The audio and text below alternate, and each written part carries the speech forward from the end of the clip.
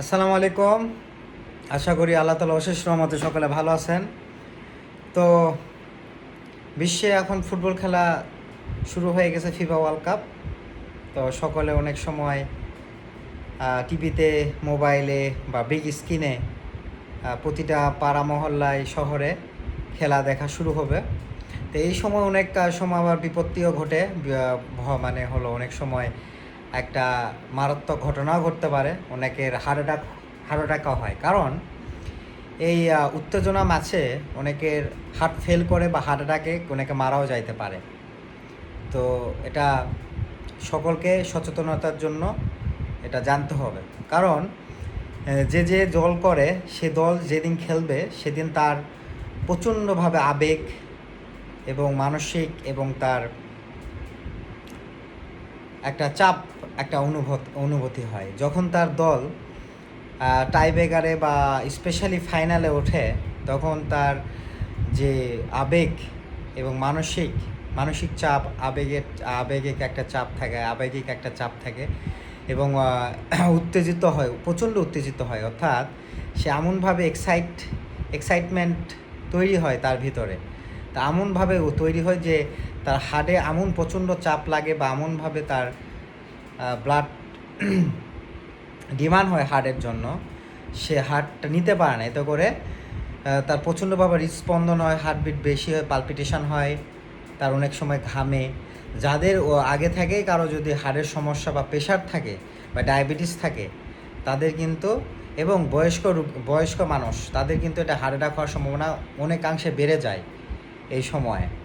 তো এই জন্যই বলবো যে যারা ফিফা ওয়ার্ল্ড কাপ বা বিশ্বকাপ খেলতে দেখবেন তারা অবশ্যই বেশি উত্তেজিত হবেন না, মানসিক চাপ বা আবেগিক কোনো চাপ নিয়ে খেলা দেখতে যাবেন না। এতে করে হিতের বিপরীত হইতে পারে, এতে করে আপনি মারাও যাইতে পারেন। এটা খুবই একটা আবেগীয় খেলা এবং হলো মানসিক একটা চাপ এবং হলো স্পেশালি উত্তেজিত একটা ম্যাচ। আপনি দেখবেন পাড়া মহল্লায় যখন ফুটবল যারা খেলাধুলা করে সেই সময় মানুষের উত্তেজিত থাকে বেশি, এক্সাইটমেন্ট থাকে বেশি। এটা তো পৃথিবীর একটা বড় খেলা, ফিফা ওয়ার্ল্ড কাপ, বিশ্বকাপ। তো এই সময় মানুষের আরও আবেগীয় বেশি থাকে। তো এটাই বলবো যে আপনারা সকলে উত্তেজিত কম থাকার জন্য এবং যতটা সম্ভব আবেগীয় কম থাকার জন্য। এতে করে আপনি বেঁচে থাকবেন, আপনার পরিবারকে বাঁচাইতে পারবেন। আর একটা কথা, এই সময় অনেক সময় পাড়া মহল্লায় বা হলো চায়ের দোকানে, টঙ্গের দোকানে বিভিন্নভাবে খোঁচা দেওয়া কথা বলে, আপনার দল হোক বা অন্য দল হোক। সর্বোপরি এটাই বলবো যে যে দলই করেন তারা আপনার পরিবার চালায় না, আপনাকে চালাইতে হবে। তো এটা নিয়ে বাড়াবাড়ি করা যাবে না বা এটা নিয়ে কারোর সাথে দ্বন্দ্ব বা পিটাপিটি বা মারামারি করা যাবে না। এমনও দেখা যায় যে এই সময় অনেকের খুনাখুনির মধ্যেও চলে যায়। ঠিক আছে? তো এটাই বলবো, আবেগকে নিয়ন্ত্রণ করতে হবে, উত্তেজিতকে নিয়ন্ত্রণ করতে হবে, আর যে চাপ, মানসিক চাপকেও নিয়ন্ত্রণ করতে হবে এই খেলার মাধ্যমে। তো তাহলেই আমরা কি হব, শক্তিশালী হতে পারবো। তো এটাই বলবো। আর একটা কথা, এই সময়ে যতদিন হোক, এই সময় মানুষের আবেগের জন্য মানুষ বেশি বেশি ফুটবল খেলা দেখবে এবং রাত জাগবে।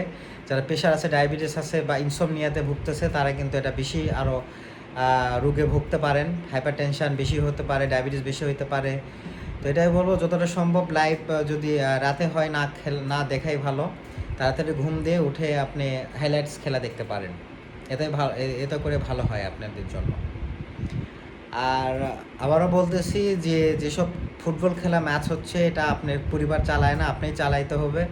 এটা শুধুমাত্র আপনার একটা আবেগের খেলা, এটা বাস্তবিকভাবে আপনার কখনো কোনো উপকারে আসে না।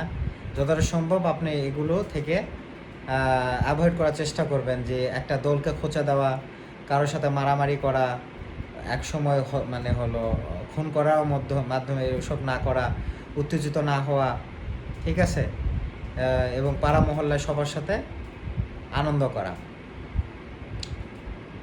তো পৃথিবীতে অনেক দেশ আছে, তার মধ্যে একটা বাংলাদেশ থার্ড ওয়ার্ল্ড কান্ট্রি আমাদের দেশ। এটা অনেকে জানেই না, যে সব ফুটবল আপনারা আর্জেন্টিনা বলতেছেন, ব্রাজিল বলতেছেন, যে ওই যে পর্তুগাল, তারা জানে যে বাংলাদেশ আছে নাকি, এরকম ওরা রেকগনাইজই করে না।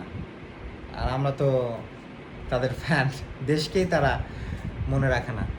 তো এটাই বলবো, এটা এক ধরনের উত্তেজিত খেলা, বেশি উত্তেজিত হইবেন না, হার্ট অ্যাটাক হওয়ার সম্ভাবনা আছে।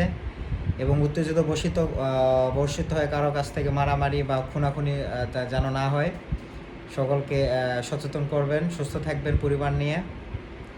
এবং রাত জাগে যে ফুটবল খেলা এসব না দেখাই ভালো, আপনাদের জন্যই মঙ্গল। তো ভালো থাকবেন, সুস্থ থাকবেন। আসসালামু আলাইকুম।